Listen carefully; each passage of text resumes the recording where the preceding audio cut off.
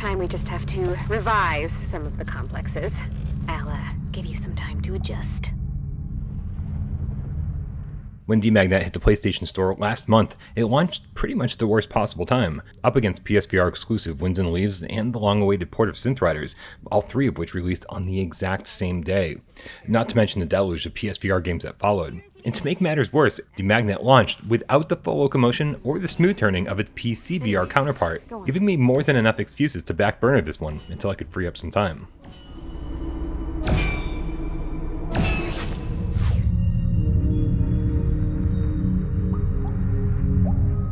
Luckily, the very first patch came through last week, giving us full locomotion and smooth turning, so it was time to start this one over from the beginning and experience it the way it was meant to be played. And from the get-go, there was a lot pulling me into DeMagnete's world. You start off in a strange room, unsure of who you are. You've got gigantic gloves for hands, which don't ask me why, but I absolutely love. Though unfortunately, as good as my hands look, the environments didn't get quite as much attention, with low-resolution blur keeping the art style from really shining the way that it should. That aside, you've got a pretty typical VR voice in your head. Someone named Q that's narrating and adding an air of mystery to your situation. She's voiced by Burch, known for her role as Aloy in Horizon Zero Dawn and Tiny Tina in Borderlands, but I don't know, I'm having a hard time understanding why this character even exists. And when you meet her, you might understand what I mean. VR games are littered with these floating robot companions, and when you get stuck, she doesn't even offer any hints. She just stares at you blankly. Wait a second, what are you doing here? No. It's like loneliness is towering over me, you know? But DeMagnete luckily isn't a game about rich backstories or interesting characters.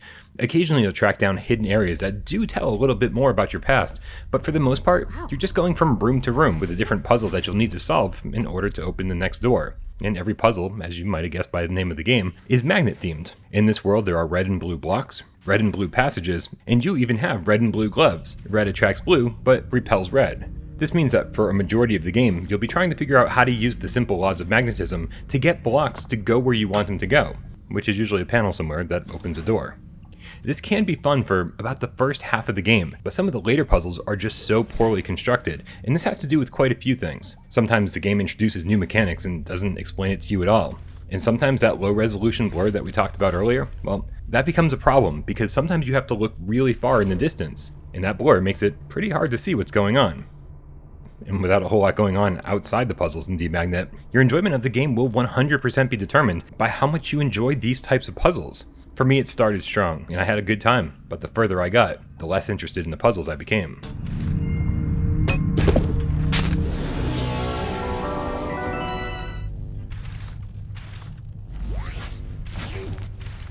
Sadly, the bad news doesn't end there. While we're thrilled that we got the patch for full locomotion and smooth turning, you can tell that the PSVR version wasn't really designed for it. Walking makes the cubes you're carrying stutter, and it can also lead to getting stuck on corners of the environment, and not being sure which areas off the beaten path can be traveled.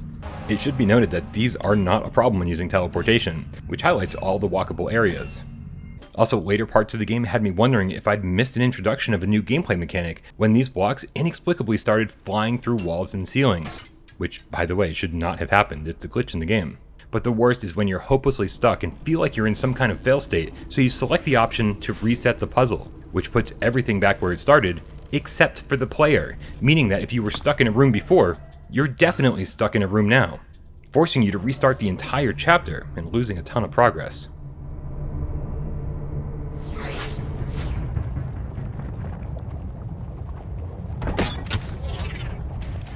I was really hoping for an amazing aha story moment to pull everything together at the last minute as a reward for pushing through a somewhat mediocre, somewhat stale puzzle game, but sadly that moment never came.